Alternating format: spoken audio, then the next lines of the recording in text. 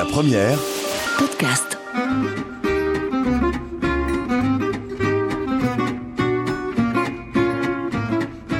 Bientôt à table, Sophie Moons. Bonjour à tous, ravi de vous retrouver fidèles au poste. Allez, aujourd'hui, je vous le disais il y a un instant, c'est une balade en Alsace que je vous propose. Ah, l'Alsace, sa route du vin, ses choucroutes et autres tartes flambées. C'est tout un univers du goût que nous allons tenter de vous faire découvrir ce matin. Une jolie balade gourmande qui nous emmènera sur les chemins de nombreuses autres spécialités locales. Poissons d'eau douce, Münster, foie gras. Depuis Strasbourg, en passant par Mulhouse, Sélestat ou encore Colmar, on va opérer quelques petites haltes gourmandes. La première petite halte se fera chez un grand chef de la région, Michel Lusser. Bonjour Michel. Oui, bonjour. Comment allez-vous ce matin ? Très bien, très bien. Alors, grand chef, le restaurant Lusser, on est à Marlenheim. On est où exactement ? 20 km de Strasbourg sur la route de Paris. Ah, formidable. Voilà. Et donc, pour vous, les Belges, vous sortez à Saverne et vous êtes sur la route de Marlenheim. Voilà, et on mange de magnifiques choses chez vous, une approche gastronomique, mais aussi, évidemment, des plats traditionnels incontournables. On compte sur vous, Michel, pour nous donner quelques bonnes astuces pour les confectionner, ces petits plats de terroir. On aura aussi l'occasion de s'arrêter chez la fée de la confiture alsacienne, Christine Ferber, ou encore chez Damien Mougin, qui est le directeur de la Maison du Fromage, et on parlera évidemment d'un fromage incontournable du terroir, le Münster. Et puis en studio à Bruxelles, nous avons le plaisir d'accueillir Rémi Bosser. Bonjour Rémi. Bonjour Sophie. Alors, vous êtes grand spécialiste de l'Alsace, fils et petit-fils de paysans alsaciens, président de l'association pour la promotion de l'Alsace en Belgique et aussi membre de la confrérie Saint-Étienne des vins d'Alsace. Je pense que j'ai tout dit.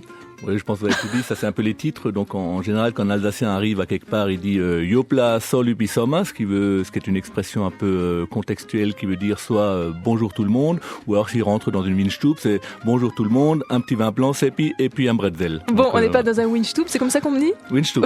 Donc c'est bar à vin en fait, c'est ça ? C'est ça, c'est pour le bar à vin. Mais c'est tout comme. On vous emmène jusque midi, chers auditeurs. Vos questions sont évidemment attendues comme chaque semaine sur le site lapremière.be. Vous cliquez sur la page Bientôt à table via notre page facebook.com, émission Bientôt à table. Venez nombreux, vous attend. Et puis par SMS au 60 31 50 cents le message. Et puis bonjour Carlo. Bonjour Sophie. Vous allez bien ? Oui, ça va. On n'est pas dans une Windstube.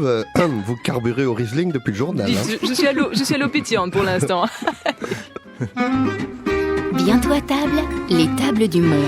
Allez, la gastronomie alsacienne, Rémi Bosser, comment est-ce qu'on pourrait la qualifier, cette cuisine ? Cuisine d'influence, j'imagine, vu son histoire alsacienne. Je pense, pour résumer un peu, mais j'ai pas la science infuse, je crois que c'était effectivement des racines germaniques avec une influence française, et tout ça est dû un peu à la vicissitude de l'histoire de l'Alsace, où grosso modo, tout le monde est passé par l'Alsace, donc avec toutes les guerres qui ont eu lieu. J'aurais tendance à dire que tout le monde est passé dessus, sauf le tram ici en Belgique. Mais en gros, on a une histoire effectivement des racines germaniques jusqu'au traité de Westphalie, donc la fin de la guerre des 30 ans en 1648, où là, la province est devenue française. Et donc en 2 siècles, on a un peu rajouté le raffinement à la française, à finalement une gastronomie qui était d'obédience germanique. Donc il faut savoir qu'en Alsace, il y a encore 3-4 siècles, l'essentiel des repas était composé de céréales et même pas de blé, parce que le blé a plus ou moins été importé par les Français. Donc c'était des céréales, des seigles, orge, pas toujours panifiables. Donc le pain n'était même pas vraiment à l'ordre du jour, c'était plutôt des bouillies qu'on mangeait. Donc aujourd'hui, on a l'impression de penser que l'Alsace était vraiment un pays de cocaïne en termes de gastronomie, mais pendant très longtemps, les gens devaient un peu survivre par rapport aux famines, aux épidémies et aux guerres, quoi. Donc pour résumer, c'est effectivement des racines germaniques avec des influences françaises, plus également, puisque c'est une terre un peu de passage et d'immigration, des influences toutes européennes. Par exemple, on a mangé du riz en Alsace qui provenait de la plaine du Pô en Italie. Carlo, ça c'est pour vous. Tout à fait. Qui a transité par la Suisse avant de manger des pommes de terre et avant de manger du pain blanc. Étonnant ça, étonnant. Alors nous avons donc par téléphone Michel Lusser, grand chef alsacien. Vous êtes avec nous ? Oui, tout à fait. Bon, toujours. ce qu'on peut dire, Michel, c'est que l'alimentation au quotidien, c'est clairement banalisé, mais l'Alsace revendique hautement ses produits et ses mets de tradition. Quels sont les plats incontournables qu'on vous demande de manière classique quand on vient vous voir? Bon, il y a évidemment la choucroute Oui. que j'ai remis au goût du jour. Je l'ai faite à ma façon. C'est vraiment le plat typique d'Alsace. Bon, il y a aussi il y a la bouche à la reine, le pâté en croûte. Il y a le kouglof, la tarte à l'oignon, la matelote, les poissons d'eau douce, cendres, anguilles, truites, voilà. Il y a énormément de spécialités. Disons que moi, ce que j'aime particulièrement, c'est les retravailler, les remettre un peu au goût du jour. Oui, de manière gastronomique. Alors, voilà. La choucroute, parlons de cet incontournable. D'abord, on peut peut-être en dire un petit mot sur l'origine de la choucroute, parce que ça remonte à bien longtemps. Les Chinois, les constructeurs de la muraille de Chine, disons que c'est la méthode qui a été importée de Chine, enfin, ou même d'Asie, c'est le système de faire fermenter le chou pour la conservation d'abord, essentiellement c'était ça, donc on le salait, on le faisait fermenter, et c'est donc une fermentation lactique qui se produit, et à partir de ça on pouvait le garder, et c'est ce qui a sauvé d'ailleurs nombreux matelots, puisque c'était à un moment donné le seul légume qu'on pouvait emmener sur les bateaux, quoi, le fait de faire fermenter le chou, et donc de là a été trouvée la recette de la choucroute, enfin a été établie la recette de la choucroute. Alors justement, nous avons une petite réaction d'abord de Rémi Bosser. Oui, ce que je veux dire, c'est effectivement c'est un processus très simple de lactofermentation. Donc on retrouve évidemment cette fermentation également dans la vinification avec la malolactique. Mais tout le monde peut faire sa propre choucroute. Donc il suffit d'acheter un bon chou bio de préférence que l'on râpe et après que l'on met dans un pot en grès avec grosso modo 10 grammes de sel au kilo. Et donc cette saumure va finalement protéger le chou, et on peut garder ça en pressant bien le chou dans le pot en grès, on peut garder ça pendant quelques mois. Ce qui est formidable, c'est que vous étiez à la mode avant tout le monde, parce que maintenant tous les naturopathes qui préconisent la lactofermentation, préconisent la lactofermentation qui va nous sauver de tous les maux de la vie moderne. Donc, mais cela dit, c'est bourré de vitamine C, c'est des fibres, c'est excellent le chou à choucroute. Le problème, c'est la croûte qu'on met dessus parfois qui est un peu riche. Mais on a eu énormément de questions justement. Comment confectionner sa choucroute soi-même? Ça peut paraître un petit peu étonnant, mais c'est pas du tout. C'est très facile à faire en fait. On va peut-être demander au chef. Comment est-ce qu'on s'y prend, chef? À partir du chou nature, oui. Comme a dit Rémi, c'est-à-dire il faut le faire fermenter, donc on le sale. On le coupe en julienne d'abord. Voilà, tout à fait. Voilà. Bien sûr, il faut le laver, il faut le couper.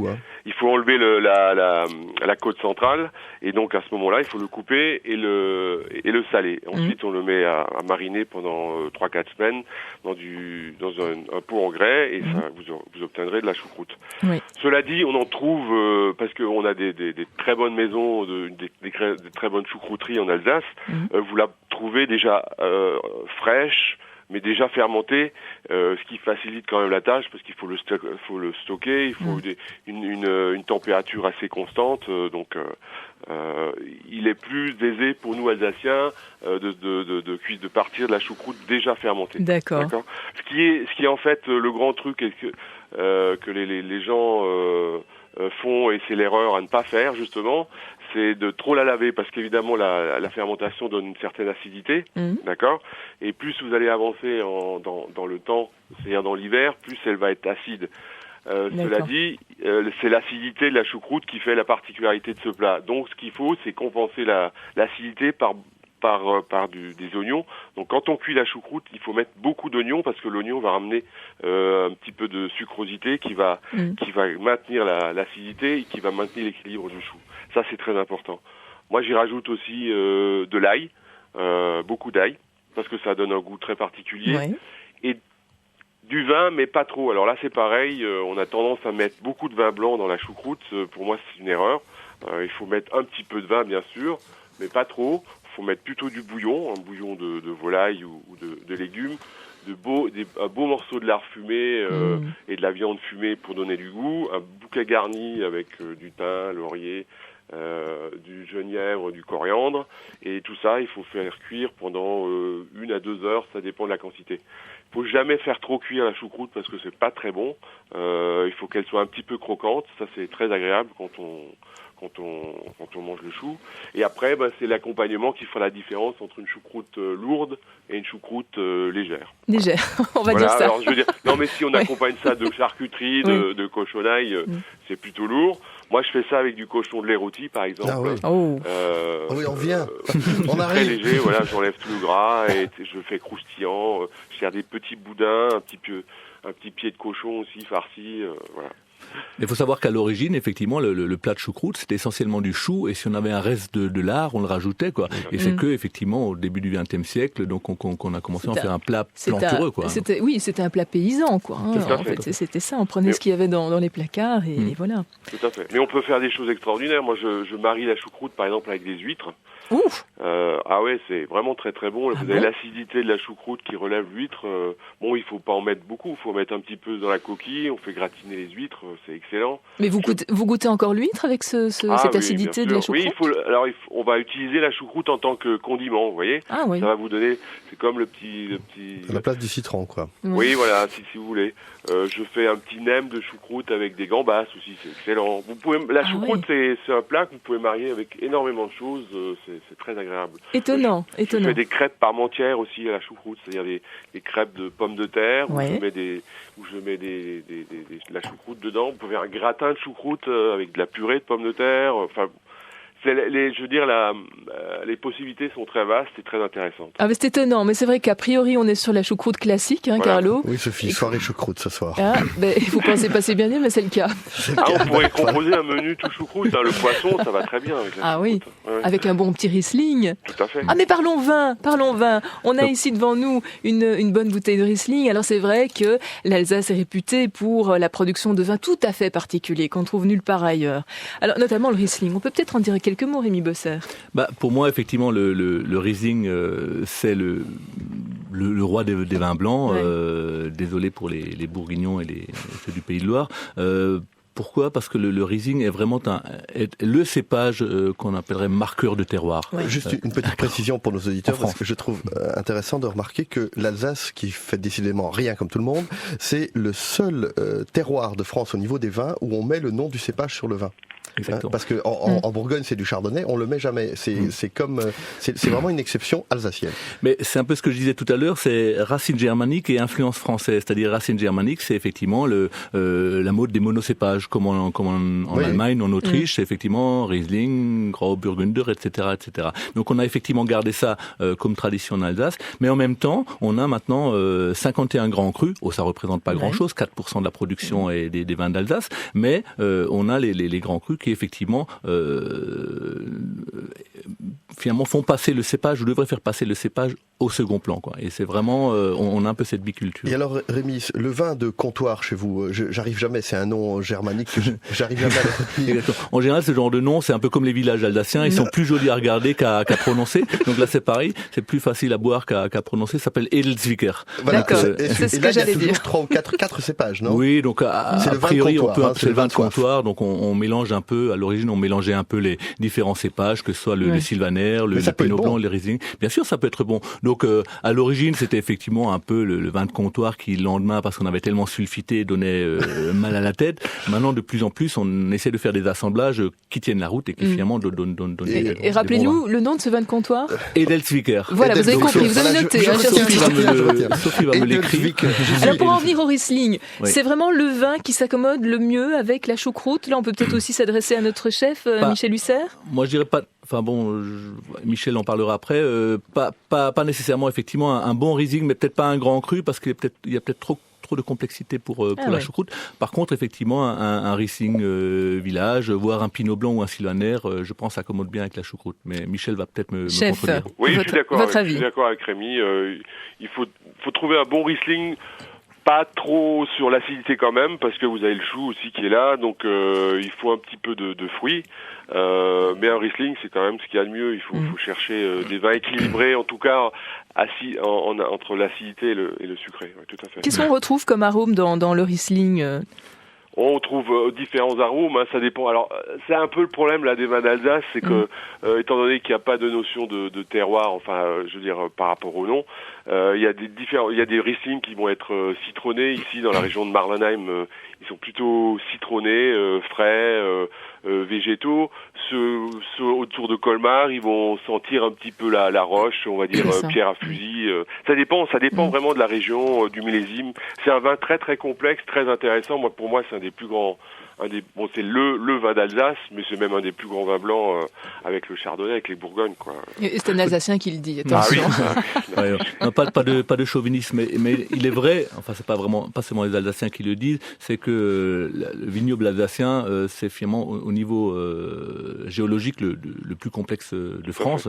Donc on trouve effectivement des sables, on trouve des schistes, on trouve des marnes, on trouve du calcaire, on trouve même des roches volcaniques, et donc on retrouve toutes ces nuances-là du nord au sud de l'Alsace, donc de Marlenheim, qui est finalement la porte d'entrée de la route des vins au nord, jusqu'à Thann, qui est finalement la porte de sortie, avec un grand cru Rangen, qui est le seul grand cru volcanique. Et il y a aussi un climat particulier de l'Alsace. Il faut savoir que l'Alsace, au point de vue de la pluviométrie, c'est plus ou moins la Côte d'Azur. Oui, exactement. Un microclimat. Exactement. On dit, et ça, c'est pas un Alsacien qui vient de le dire, c'est Carlo qui vient de le dire. C'est Rital de service qui le dit, on peut me croire. Exactement. Donc, oui, du côté de Colmar, donc un peu au sud-ouest de Colmar, du côté de Rouffach, c'est la deuxième région la plus sèche de France, effectivement. Donc, on a un microclimat parce que nous sommes protégés par les Vosges. Donc, c'est les Vosges qui prennent tout. C'est les Vosges qui prennent tout. Donc, j'ai tendance à dire, j'espère qu'il n'y a pas de Vosgiens qui nous écoutent, c'est qu'eux, ils prennent toute la pluie donc de leur côté à l'ouest, et nous avons le soleil à l'est. Eh bien, voilà. La route du vin, une question qui nous parvient, c'est vraiment un petit peu le pèlerinage incontournable lorsque l'on se rend en Alsace. Et c'est vrai que dans 10 jours, c'est les vacances de carnaval. C'est vraiment absolument génial. Hein. On s'arrête chez les petits producteurs. On peut peut-être en dire un mot, Rémi ? Oui, bien sûr. Donc, la route du vin, c'est grosso modo 120 km du nord au sud, je viens de le dire, de Marlenheim jusqu'à Thann, en traversant des villages vraiment très jolis, parce que l'Alsacien a le culte de la propreté. Donc, c'est toujours géranium au balcon, c'est rues relativement propres, maisons à colombage, maisons de couleur parfois un peu criardes. Mais bon, ça, c'est toujours très bien germanique tout ça, hein, bien rangé, bien propre. Et il y a effectivement les viticulteurs. Donc voilà, je ne vais pas trop cracher dans la soupe. Comme dans tous les vignobles de France, c'est un tiers font du produit, comme ils pourraient faire des conserves ou autre chose. Aïe. Un tiers font du vin, et le dernier tiers font un peu des vins de rêve, quoi, des vins d'émotion, quoi. Il y a à boire et à manger, comme on dit. Bon, mais dans tous les guides, vous trouverez les meilleurs vins. Les bonnes astuces. La première. Nous voici de retour en studio pour vous faire découvrir l'Alsace gourmande. Nous avons évoqué il y a un instant l'incontournable choucroute avec notre chef Michel Husser. Un auditeur nous dit adorez votre établissement, Michel. Merci. Voilà, exceptionnelle table, il le signale. Voilà. Alors parmi les spécialités incontournables, et on a d'autres questions sur le sujet, la tarte flambée. Enfin, elle n'est pas tellement flambée cette tarte, racontez-nous. La flamme cuche. Si, elle est flambée. Oui, en fait, flambée, c'est-à-dire flambée, ça veut dire au feu de bois. Voilà. Donc, vous voyez, c'est une flambée de feu de bois. Elle est flammée, pas flambée on va à dire. l'alcool, c'est vrai. Ouais. Bien que maintenant, on trouve des tartes flambées aux pommes, qu'on flambe avec du cognac, etc. Non, mais l'origine, en fait, c'est très paysan. C'était le dimanche soir, c'est de la vieille pâte à pain, enfin la pâte à pain qui restait, un peu de crème, du lard, des oignons, qu'on mettait au four lors de la première flambée, quoi. Quand le four était très très chaud, avant de mettre le pain à cuire, une fois que on attendait que le pain lève, et donc avec les restes de pâte, on étalait très fin, on mettait cette crème ou ce mélange crème, fromage blanc, ça dépend après des maisons, et donc on mangeait ça. C'est notre pizza à nous, quoi. C'est excellent. Il faut manger ça très chaud avec les doigts, avec un petit verre d'Edelsuiker, on en parlait tout à l'heure, ou un verre de Pinot Blanc, des vins simples, légers.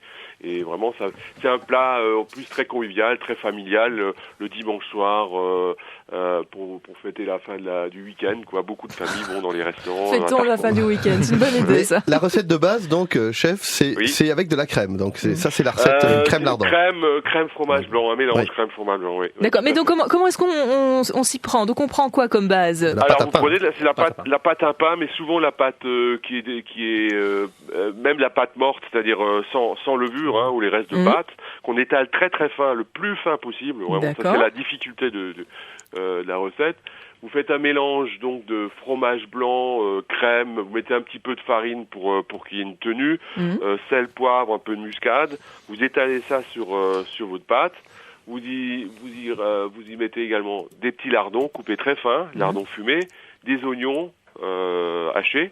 Et ensuite, on met ça au four. Tout ça. En fait, le problème, c'est d'avoir le four. Ouais, c'est ça. Mais il y a des petits fours à pizza qui traînent sur le marché, qui montent à 400 degrés. Ça va pouvoir le faire. Il faut une sole très chaude. Ouais. Oui. Et à défaut de four à pizza, un four traditionnel fait l'affaire ou pas ? À fond. À fond, oui, c'est ça. Il faut mettre à fond. Oui, ça saura l'affaire. Et chauffer la plaque. Bien, quoi. Puis il n'y a pas le goût du bois, c'est sûr. Oui, bien sûr. Alors, il y a peut-être deux petits trucs. Justement, si on n'a pas de four à pizza ou à tarte flambée, on peut acheter des pierres réfractaires qu'on met alors dans son four. Oui. Et donc, ça, on fait effectivement préchauffer à 300 degrés au maximum. Et donc là, on peut mettre sa tarte flambée dessus. Sinon, comme dirait Carlo, effectivement, il y a des fours à pizza ou des fours à tarte flambée qui se vendent à partir de 250 euros. On peut l'avoir. Et on peut faire des super soirées tarte flambée, voire pizza si on a des invités d'origine italienne. Mais on mélange pas. Alors, Jacques nous demande des informations sur la fameuse palette de porc, la chifala, c'est comme ça que vous l'appelez. Chifala, oui. Alors, donc on peut peut-être rappeler de quoi s'il s'agit ? C'est quoi, chifala ? En fait, c'est de l'épaule. C'est la palette, c'est une forme un petit peu comme une palette, quoi. Si en fait, chifala, ça veut dire la pelle, la petite pelle. Donc, palette. Donc là, c'est la forme de l'épaule. Oui, voilà. Et donc, c'est généralement salé, fumé. Et donc c'est poché dans un bouillon, c'est servi nature avec soi. Alors notre condiment favori, nous, c'est le réfort. Le réfort râpé frais, c'est excellent. Et puis des pommes de terre sautées, une salade de pommes de terre. Pardon ? C'est le wasabi alsacien. Voilà, le wasabi alsacien. Oui, mais c'est excellent. Je veux dire, la palette fumée, réfort, c'est super. Mais pour faire du réfort soi-même, on râpe, on met un peu de crème, on met quelque chose ? Oui, tout à fait. Un peu de crème, hein ? Il faut mettre de la crème. Moi, je mets plutôt du fromage blanc, c'est plus léger. D'accord. Sel, un peu de vinaigre, et c'est excellent. D'abord, c'est excellent pour la santé, c'est digestif, c'est léger, c'est une sauce. Il y a toutes les qualités au réfort.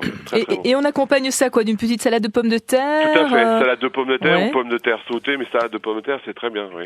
Et vous l'assaisonnez de quoi, cette salade de pommes de terre ? Alors, la salade de pommes de terre, on cuit les pommes de terre fraîches et on les détend un petit peu avec le bouillon de cuisson de la palette. Parce que ensuite on rajoute une vinaigrette faite à base de moutarde, vinaigre, un peu d'huile, et donc des oignons frais, du persil, ciboulette, voilà. Voilà, vous serez d'accord avec moi. On sert ça tiède. Pardon ? Oui, c'est ça. Tiède, c'est et ça. Surtout, on assaisonne les pommes de terre bien tièdes, bien chaudes. Voilà, encore, tout à fait. Oui, pour qu'elles absorbent absorbent le jus de cuisson, ça c'est important. Ah oui, ça c'est que du bonheur. Ça. Surtout pas les pommes de terre sorties du frigo, c'est une catastrophe, c'est dur, c'est pas bon. Voilà, il n'y a plus qu'à souhaiter un bon appétit à Jacques-Henri qui est un fidèle auditeur. Des questions justement sur un plat incontournable, back-off, le four du boulanger, littéralement. Oui. Ça, c'est vraiment... on peut quand même dire un petit mot sur l'origine de cette appellation, parce que c'était en fait un plat que confectionnaient les femmes et qu'elles apportaient à cuire dans le four du boulanger. Voilà, avant d'aller à la messe, on déposait le back-off, c'est-à-dire la terrine qui est faite à Soufflenheim, c'est un village de potiers en Alsace, qui est tout à fait particulière. Donc, il était en plus luté, c'est-à-dire on mettait un petit peu de pain sur le couvercle pour bien qu'il soit hermétique. Et on déposait ça donc dans le four du boulanger, on allait prier, on allait à la messe, et au retour de la messe, on reprenait ce plat qu'on posait sur table et À l'époque, les messes duraient beaucoup plus longtemps, je pense. Et c'est quoi l'idée ? C'est un mélange de viande, de pommes de terre ? Alors voilà, généralement il y a trois viandes. Il y a du porc, du bœuf et de l'agneau qui sont marinés dans du vin blanc. Alors moi, le petit truc que je fais en plus, que je peux donner à vos auditeurs, c'est ce que je trouve très intéressant, c'est de la faire un petit peu rôtir, la viande. C'est-à-dire vous la faites rissoler, ça va donner du goût. D'accord. Et vous la faites mariner un petit peu après, ça donne plus de goût au plat. Et ensuite, vous procédez par couche, c'est-à-dire que vous mettez pommes de terre, oignons, poireaux. On commence par le bœuf parce que c'est celui qui met le plus de temps à cuire. Mais donc on travaille dans une cocotte en fait. Oui, tout simplement. Dans le bagot, c'est-à-dire c'est une terrine ovale en terre cuite. C'est très important ça parce qu'il y a une espèce d'osmose qui se passe entre le four, la terrine et les légumes qui sont importants dans parce qu'il y a une réduction qui se fait quand même puisque c'est la terre cuite, c'est quand même ça laisse passer un petit peu d'humidité. Donc c'est très important et donc on procède par couche. Donc d'abord le bœuf, pommes de terre, légumes, ensuite le porc, ensuite l'agneau. On peut aussi mettre du veau si on veut, et généralement ce qui est bien aussi, c'est de rajouter une petite queue de porc et un pied de cochon. Ça va donner de la gélatine. On met un petit coup de vin blanc dessus, du bouillon, un bouquet garni et au four. Voilà. Tout simplement. Et on laisse mijoter ça combien de temps ? Oh, c'est long, hein. Oui. C'était des messes longues d'ailleurs. C'est au moins 2 heures. Et alors, ce qui est très bon, c'est quand c'est réchauffé. Vous voyez. Sinon, vous écoutez la messe le matin sur la première. Voilà, Sophie, pourquoi pas. Allez, ça c'est nouveau, ça. Tiens. Mais le truc de faire rissoler les viandes, je pensais être le seul à le faire, mais je vois que Michel le fait aussi. Donc effectivement, ça donne un bon goût. Ça donne un bon goût. On prend rendez-vous, les amis. Allez, on va essayer d'avancer parce qu'on a énormément de questions. L'asperge, une incontournable du terroir alsacien, pas mal de producteurs. Ça va démarrer bientôt. Une petite idée de recette, chef? Oh, moi j'adore les asperges. Moi j'ai la chance, je suis à côté de producteurs, donc moi j'adore l'asperge crue. Oui. Que je fais juste couper très fine comme ça, que je marine avec un peu de gros sel, du citron et un peu d'huile d'olive et quelques copeaux de parmesan, ça c'est excellent. Sinon moi l'asperge c'est un légume qui doit être frais, qui doit être cueilli. Bon, c'est cueilli tous les jours, on les amène tous les jours, poché du jour. Une bonne hollandaise, une bonne vinaigrette avec des fines herbes, de la bourrache. Je sais pas si vous connaissez cette herbe. La bourrache avec l'asperge, c'est extraordinaire. J'aime beaucoup le parmesan et l'huile d'olive aussi, c'est très bien. Un mélange parmesan huile d'olive, c'est très bon. Je l'aime bien aussi rôti. Je la fais rôti poêlée colorée, ou alors panée aussi, panée comme un cordon bleu un petit peu. Il y a des tas de choses à faire avec les asperges. Cela dit, les prochains temps, là, ce que je vais faire, je vais avoir les jets de houblon. Ça, c'est l'avant asperge. Aussi. Ça, c'est superbe, même avec un peu de truffe, un œuf poché, du Saint-Jacques, ou une omelette simplement, c'est superbe. Alexandra voudrait que vous nous parliez de l'incontournable carpe frite. Oui. C'est un grand classique aussi. La carpe, c'est vrai que c'est un des poissons traditionnels de l'Alsace, puisque nous, on n'a pas de mer, donc on a des étangs, des choses comme ça. Donc la carpe frite, elle est coupée en lanières et elle est marinée dans de la bière. Et au lieu de mettre, alors beaucoup préconisent la mie de pain, moi je préfère mettre de la semoule très fine parce que ça donnera plus de croustillant. Donc on mélange ça, donc bière, œuf, semoule de blé très fine, et on fait frire ça et on boit. Moi je trouve la bière va très bien avec la carpe frite, un peu de persil frit, et puis voilà. Et la carpe frite, c'est plutôt une recette du sud de l'Alsace, donc du Sungo, du côté de la Suisse. Quoi. Exactement. Alors on a pas mal de questions aussi sur un fromage incontournable de la région, le Münster. On va rejoindre depuis l'Alsace Damien Mougin. Bonjour Damien. Bonjour. De la Maison du Fromage. De la vallée de Münster. Voilà, alors racontez-nous ce fameux Münster, le seul fromage bénéficiant de l'AOC, comme on dit, n'est-ce pas ? Oui. Voilà, alors racontez-nous. Ce Münster est un fromage de tradition millénaire, puisque la tradition populaire en fait remonter l'origine aux moines irlandais qui sont venus coloniser la vallée de Münster, les moines bénédictins, et qui, pour valoriser le territoire, ont confié à des paysans, les marquaires, des concessions de territoire sur lesquelles ils élevaient donc leurs vaches, et pour valoriser le lait et surtout conserver ses protéines, fabriquer ce fameux fromage de Münster qui historiquement était plus important en taille que ce qu'on se connaît aujourd'hui, puisqu'il fait en gros entre 500 et 600 grammes, mais il est toujours fabriqué de la même façon par les agriculteurs qui font paître leurs vaches donc sur les Hautes-Chaumes des Vosges, qui transforment leur lait frais et qui en font un fromage qui au bout de 21 jours porte l'appellation Münster et devient le roi des fromages, et on pourrait presque même dire, lorsque l'on est en Belgique, le fromage des rois, puisque la reine Elisabeth de Belgique, qui venait très régulièrement dans la vallée de Münster rencontrer son ami le docteur Schweitzer, prix Nobel de la paix, grand musicien comme elle, avait plaisir à déguster ce fromage.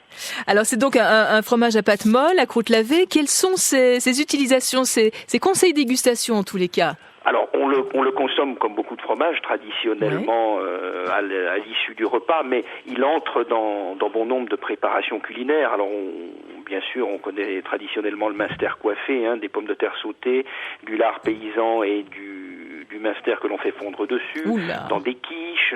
Émile Young de Strasbourg a même mis au point un velouté au Münster, qui est en fait un bouillon de volaille sur une tombée de poireaux dans lequel on fait fondre du Münster et que l'on crème en finalité. Et il peut accompagner bon nombre de plats alsaciens. Certains vont même jusqu'à faire gratiner une choucroute avec des lamelles de Münster. J'ai parlé de la quiche tout à l'heure. Les utilisations sont multiples. On fait des gnocchis au Münster. C'est vraiment un fromage qui, en fonction de son degré de maturité, peut s'adapter à tous les plats de la cuisine alsacienne. Carlo voulait réagir. Je sais pas si c'était une perversion ou si c'était traditionnel, mais j'ai mangé sur le sommet du Honeck l'année dernière une fondue au Münster dont j'ai encore un souvenir absolument ébloui. C'est encore clair le souvenir. Alors, ce n'est certainement pas une perversion. En tous les cas, lorsque le convive a plaisir à déguster le plat qu'on lui propose, quelle qu'en soit l'origine, on a atteint l'objectif qui était souhaité, celui de ravir le palais et de ravir nos visiteurs les personnes qui viennent nous rendre visite dans la vallée de Münster. Et on accompagne ça de quel type de vin, Damien? Traditionnellement un Gewürztraminer. D'ailleurs, ça vient d'arriver. Ça vient d'arriver. On va interroger notre spécialiste Rémi Bosser, qui est donc représentant la confrérie Saint-Étienne des vins d'Alsace ici en Belgique. Ce fameux Gewürztraminer, c'est un incontournable et une typicité tout à fait particulière. Racontez-nous. C'est effectivement un incontournable, en tout cas pour le Münster, parce que le Gewürztraminer, donc il peut être très aromatique, il peut également aller sur du liquoreux, donc on a un peu de tout. On a vraiment un registre dans les vins d'Alsace qui peut partir du sec jusqu'au plus liquoreux, qui peut partir du plus floral au fruité, au minéral, donc on a vraiment toute une palette. Ici, j'ai servi un Gewürztraminer donc cultivé en biodynamie du côté de Winsenheim sur un grand cru Hengst qui est un terroir marno-calcaire, et donc là on n'est plus tellement sur le fruit, on est plutôt sur la puissance des marnes, et je pense qu'il s'accommoderait bien avec le Münster. Donc biodynamie, pourquoi? Parce que je pense que aujourd'hui, avec les progrès de la vinification, il faut qu'on arrête de faire des vins industriels, et il faut qu'on retrouve effectivement cette notion de terroir qui est tellement galvaudée. Pour moi, un vin de terroir qui n'est pas élevé sur un sol vivant n'est pas un vin de terroir. Donc il faut que ce sol et ce sous-sol vivent, et donc qu'on arrête d'y mettre des produits chimiques. Donc ça, c'est un peu ma croisade. Et il y a de plus en plus... On est très sensible. Ça, c'est notre dada aussi. Et donc il y a de plus en plus effectivement de viticulteurs en Alsace et en France qui vont vers la bio et la biodynamie, parce que je crois que c'est la seule solution pour avoir des vins justement d'émotion qui nous parlent. Michel Lucet, vous êtes encore avec nous, chef? Il n'est plus avec nous, il est parti cuisiner, mais quelle idée, de la bonne choucroute. Oui. Bon, en tout cas, on le salue bien. On a un bienfaiteur avec nous, non seulement j'aurais voulu lui demander ce qu'il préconisait comme association avec le Gewürztraminer. Donc effectivement, qu'est-ce qu'on pourrait associer bien? Il y a du foie gras ici. Justement, donc j'en profite parce qu'effectivement, je vous ai préparé également un peu de foie gras, parce que je crois qu'aujourd'hui, il ne faut pas simplement consommer, acheter, etc., mais il faut essayer de plus en plus de faire soi-même des produits. C'est pas très compliqué, même moi j'arrive à le faire. Donc là, je vous ai fait un petit foie gras. Ouais. Les foies d'Alsace, c'est simplement des foie gras au torchon. Ça prend très peu de temps et bon, c'est plus ou moins mangeable, Carlo. Je sais pas. Et ça, effectivement, on l'a connu. Et ça, effectivement, en général, le foie gras, on le prend avec du Gewürztraminer, vendange tardive, sélection de grains nobles. Alors souvent, les gens disent, oui, mais si on commence avec du Gewürztraminer, vendange tardive, après, qu'est-ce qu'on va servir comme vin derrière? C'est difficile. En fait, traditionnellement, il y a encore quelques décennies, ou début du siècle ou au siècle passé, le foie gras se servait avant le fromage. Donc on avait d'abord la grosse pièce. Et ce qui n'était pas illogique, c'est-à-dire qu'on partait après avec le foie gras sur des Gewürztraminer qui permettaient de continuer sur le fromage de Münster et sur les desserts. Voilà. Donc le Gewürz qu'on goûte là, il a un tout petit peu de sucre résiduel. Il n'est pas en vendange tardive. Non, il n'est pas en vendange tardive. Non, tout à fait. Donc il est juste un peu en dessous de la vendange tardive. Il a une certaine opulence, mais pas trop. Et maintenant, la sensibilité au sucre, je veux dire, on peut très bien avoir un Gewürztraminer avec beaucoup de sucre résiduel, mais qui a tellement de matière parce qu'il était bien travaillé en biodynamie que ça ne se ressent pas. Donc, par contre, on peut avoir d'autres Gewürztraminer où les rendements étaient beaucoup trop élevés, et là, on ressent tout de suite le sucre parce que derrière, il n'y a aucun équilibre acide et il n'y a pas de matière. Donc, et Damien Mougin de la Maison du Fromage. Oui. Voilà, une idée effectivement d'association avec ce Münster. C'est le Gewürztraminer, c'est vraiment le top, ça, pour vous? En tous les cas, c'est certainement celui qui souligne le mieux les caractéristiques du Münster, et c'est vraiment le mariage idéal. D'accord.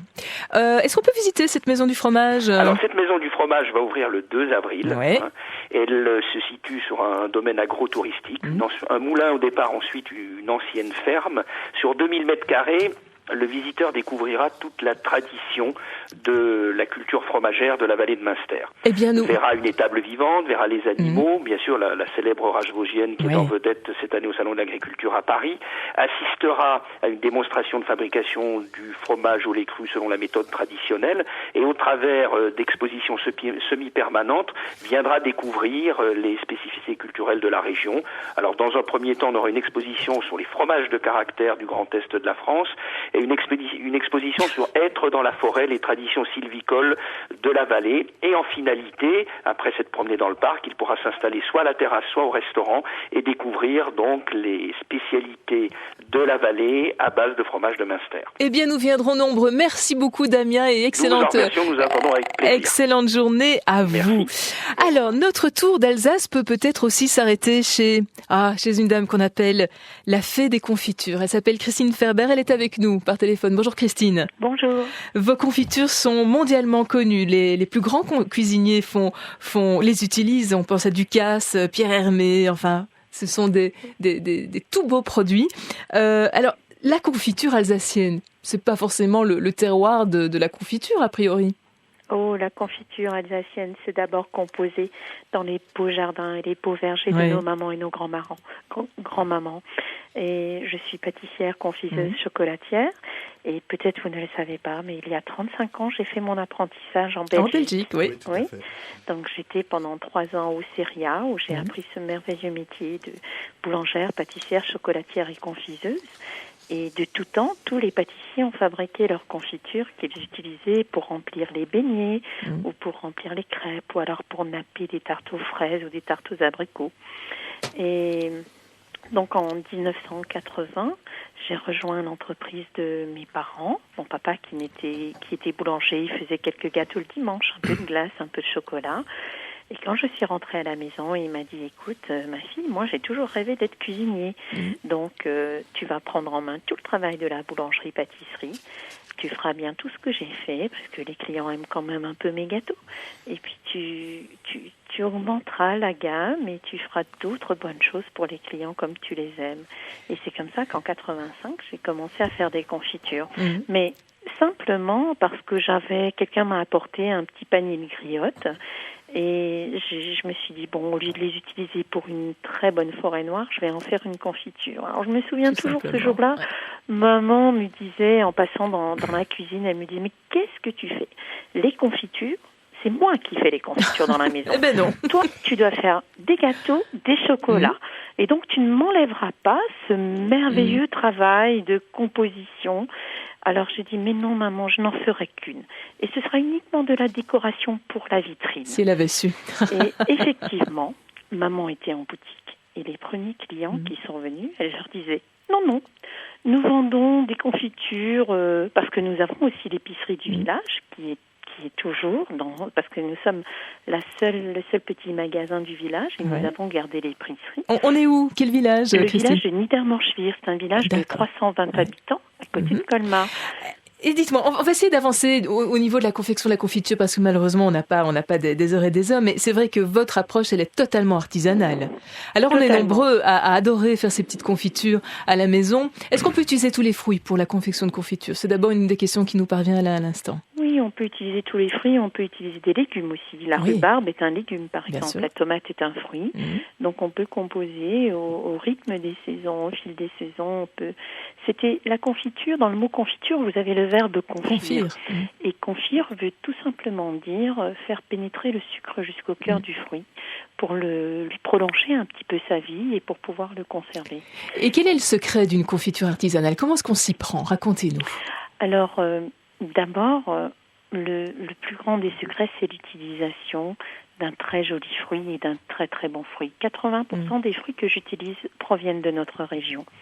Et en particulier du Bas-Rhin, près de Strasbourg, Westhofen, l'Ingolsheim, Westhofen, le Kochelsberg, c'est une région cette région est appelée le verger de l'Alsace. Et il y a encore des fruits magnifiques. Donc de beaux fruits. De beaux fruits, du sucre, une casserole en cuivre. Donc moi j'ai des petites casseroles qui contiennent au maximum 4 kilos de fruits. Et je procède tout simplement de la manière dont ma maman et ma grand-mère me l'ont apprise. Et malgré les quantités de produits fabriqués qui ont un peu augmenté par rapport à 1985, j'ai 8 petites casseroles et chaque casserole, le contenu de chaque casserole donne une vingtaine de pots.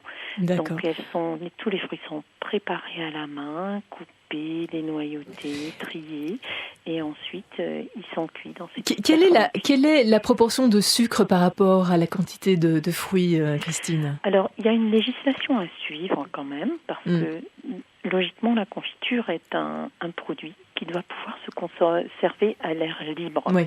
Donc, pour se conserver sans être touché par la fermentation ou la moisissure, ce produit doit contenir entre 62 et 65% de sucre. D'accord. Alors, cette concentration en sucre s'obtient soit par le rajout de sucre et aussi en partie par le fait de la cuisson.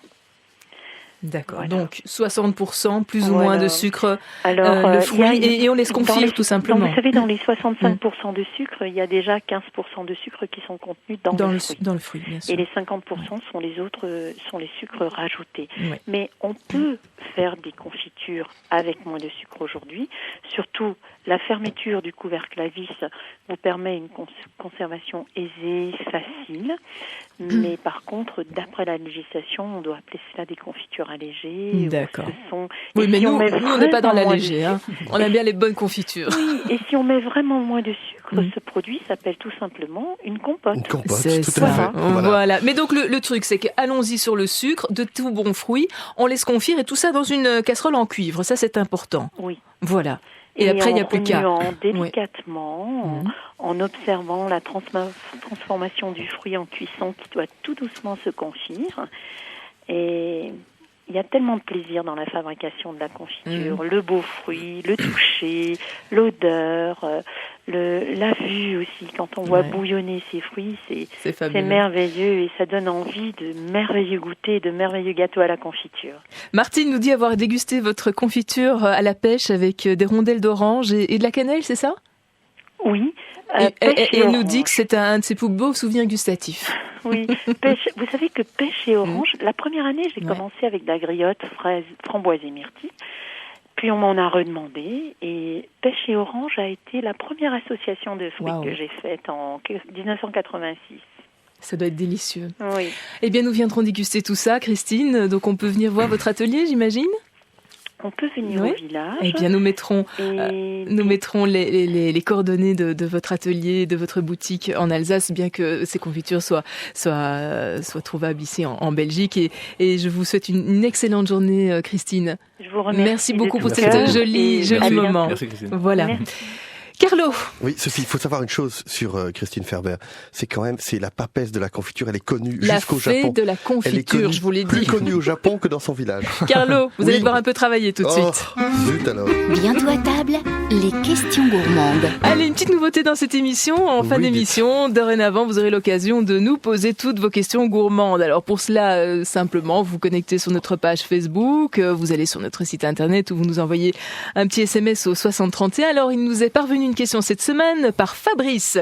Il trouve que les huiles aromatisées vendues en grande surface sont très chères. Il voudrait pouvoir les préparer lui-même. Quid, comment aromatiser mon huile ? De quoi doit-on précuire tout cela ? Racontez-nous. On a 3 minutes pour répondre à Fabrice. Eh bien écoutez Fabrice, oui c'est peut-être cher mais en attendant c'est vrai que les huiles aromatisées on peut les faire soi-même, mais moi je voudrais juste dire une chose à Fabrice, c'est que déjà quand on achète des très bonnes huiles, des huiles de noix, d'huile d'olive, d'huile d'argan, etc. Il y a déjà une infinité d'arômes et il faut aller chercher ça et ne pas oublier de se parfumer, de profiter de tous ces arômes et de cette qualité-là. Après effectivement on peut parfumer à l'ail, au piment, au romarin, à l'origan, à plein de choses.